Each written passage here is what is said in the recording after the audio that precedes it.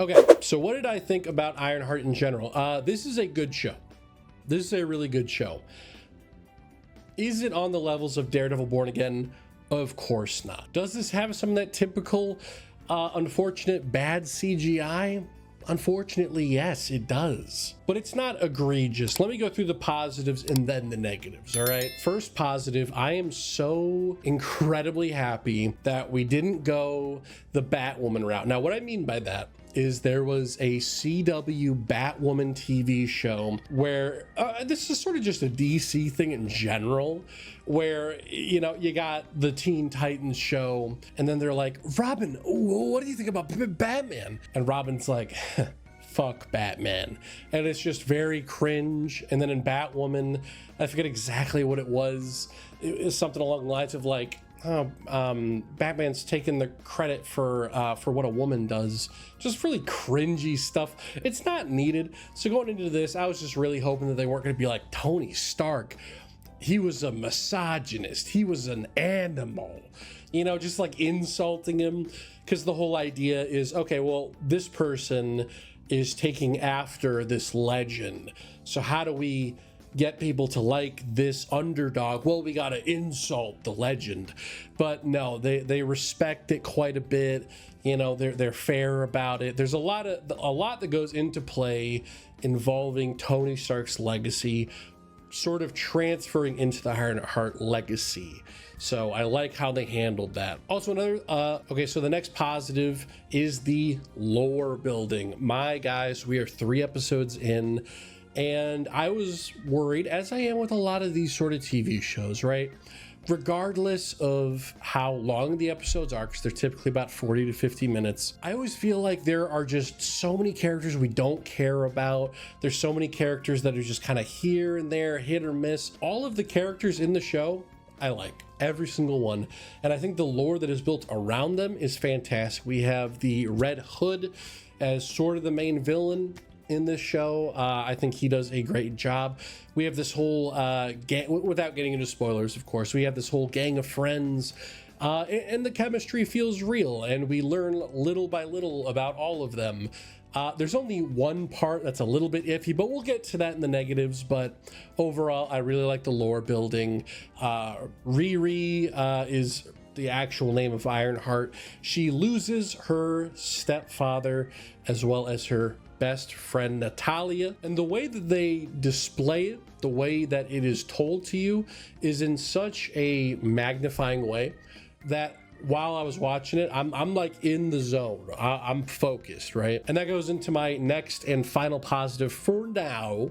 The tense moments, dude, there, especially in episode 3, there are so many god tier tense moments where you are just staring at the screen waiting for something to happen, and it's done so well. I can't get into spoilers right now, but there's a certain part where Riri is without the suit and just sort of in this moment where everything's closing down around her, and I really like how there isn't an over-reliance on the Iron Man-esque suit, which, and you know, I could see that as a negative because actually, you know, let's just jump into the negatives. There isn't enough suit action. We do not see, at least in these first 3 episodes, we do not see a lot of action. In the first episode, there's like maybe one flying segment, and then the suits just kind of carry it around for a while. The second episode, we get a really cool moment where we're underground and she's kind of like flying around.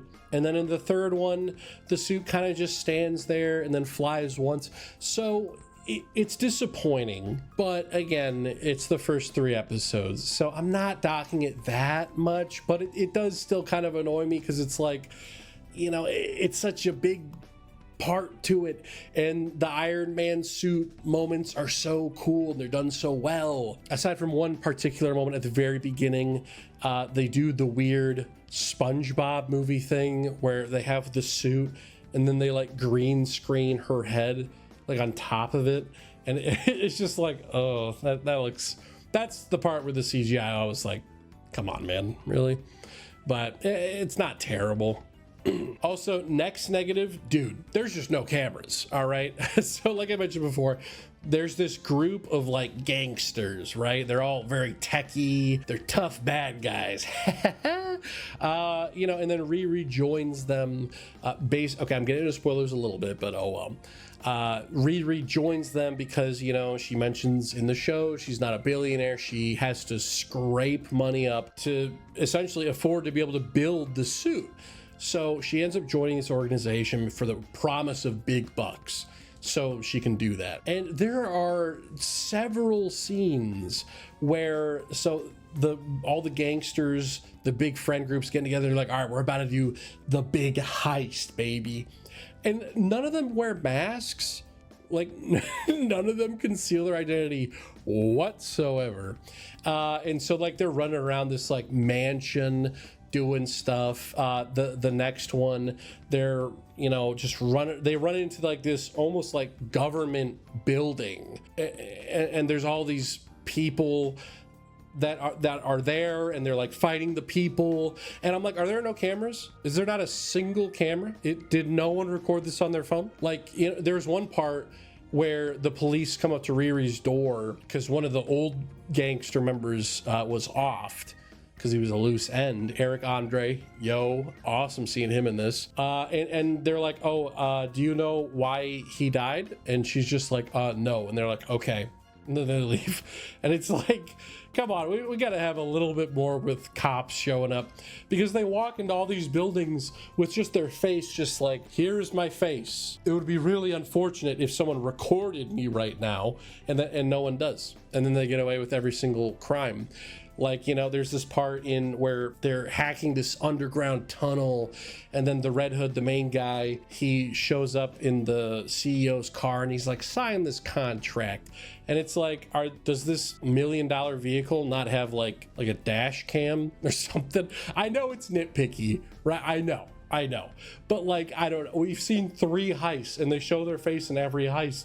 You think one of them would wear a mask, a little ski mask or something? I don't know. I just thought that was weird. And then finally, my last negative before we get into the story synopsis is the beginning's slow. Beginning's pretty slow.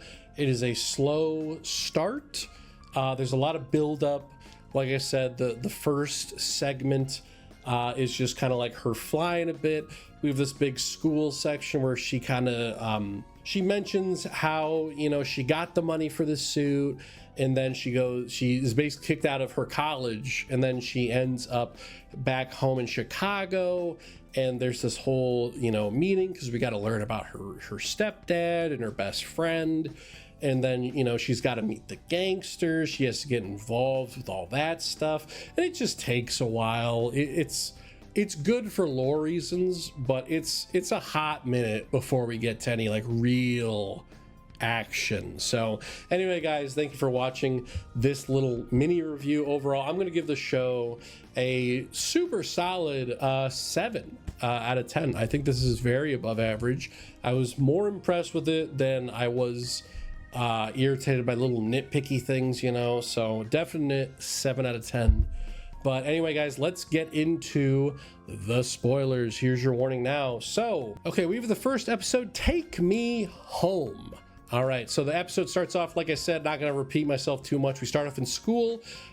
Basically, the professors find out that she's been selling completed assignments to get money for the suit. She gets kicked out. She goes back to Chicago. I'm skimming through the episode right here. Yeah, she flies back. All of the school stuff that she integrated into the suit ends up getting kicked out because she doesn't have access to it anymore. So she had this like school AI thing. That gets kicked out. She ends up going home. The suit is kind of in this bad spot right now. We see the gangsters do their first heist. It messes up because Stu or Eric Andre's character Rampage, he messes the mission up. And then we have this whole moment where Riri gets into the gangsters, and now she's a part of it. She's been invited. She's tested in this elevator. She has to break out of the elevator before she suffocates, and we get to meet our gangster friends and all that.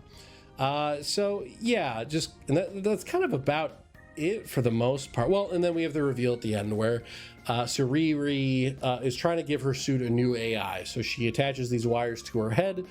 and the wires go to the suit that she already made, and essentially she's uploading her own conscience to become an AI, but that somehow results in her dead best friend Natalie. It's either Natalia or Natalie, I forget, but essentially we have a digital version of Natalie as her new AI. So that's like a freaky moment, and then bam, end credits. That is the end of the first episode. So let's go on to the next episode. Well, I will say, kind of getting into that one a bit. So this is where I'm saying it was a bit of a slow start, right? The first episode is about 40 minutes long, and the whole it's pretty slow, just getting from thing to thing to thing. It's a lot of lore dumping. It's 40 minutes of explaining to you the relationship between Riri and Natalie. It's explaining how she made the suit. It's explaining the gangsters. It's a lot of explanation, and it does get tiring, but I think episode 2 is where it really starts to get up. So in episode 2, will the real Natalie, okay, will the real Natalie please stand up? Little Eminem reference.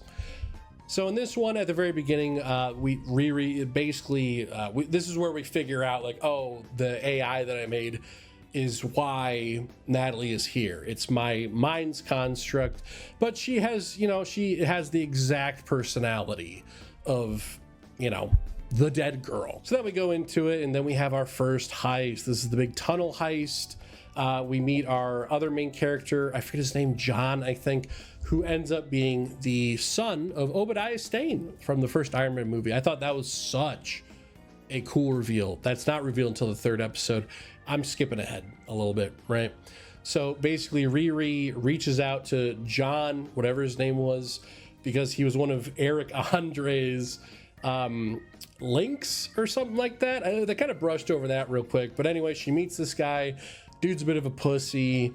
Dog shits on his lawn, and the lady's like, you're a pussy, and he's like, hey, I can't blame you, man. And basically the whole reason that Riri is over there is so she can get some of the tech that this guy has, so she can finish building her suit, which then leads into the big heist mission. So then they go through the tunnels. It's a very cool action scene. It's god tier. We have Natalie really acting as the AI in this episode. We have a really cool scene where when she is done, she comes back up to the surface. There's one lone cop by himself.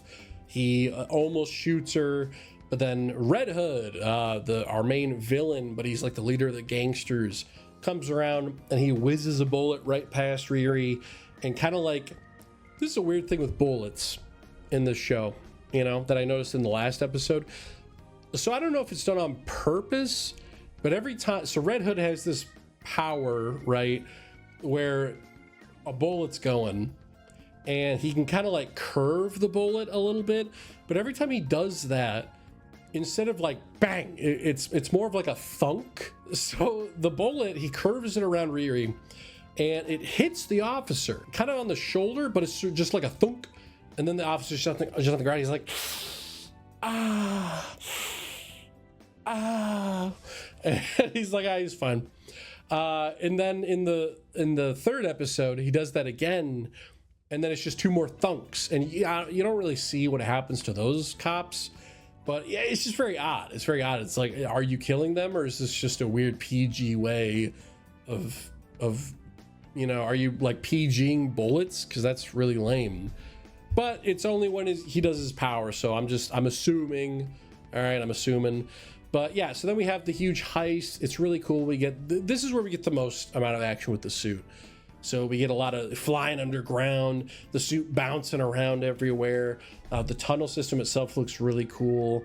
And yeah, that's about it for this episode. Not a lot happens here, but a lot that does happen is the action, is the heist, is some new characters being revealed. So this is probably my favorite episode. Next up, in the final episode, we have we in danger, girl. Was that offensive? Please comment down below. All right, so at the beginning of this episode, we have the gangsters getting back together. They're hanging out. One of the girls in the gangster group, I forget her name, Jukebox or something. She comes out and she's wearing Red Hood's hood. That is a big no-no. So the asshole friend of Red Hood comes in and he just slams her freaking head on the table.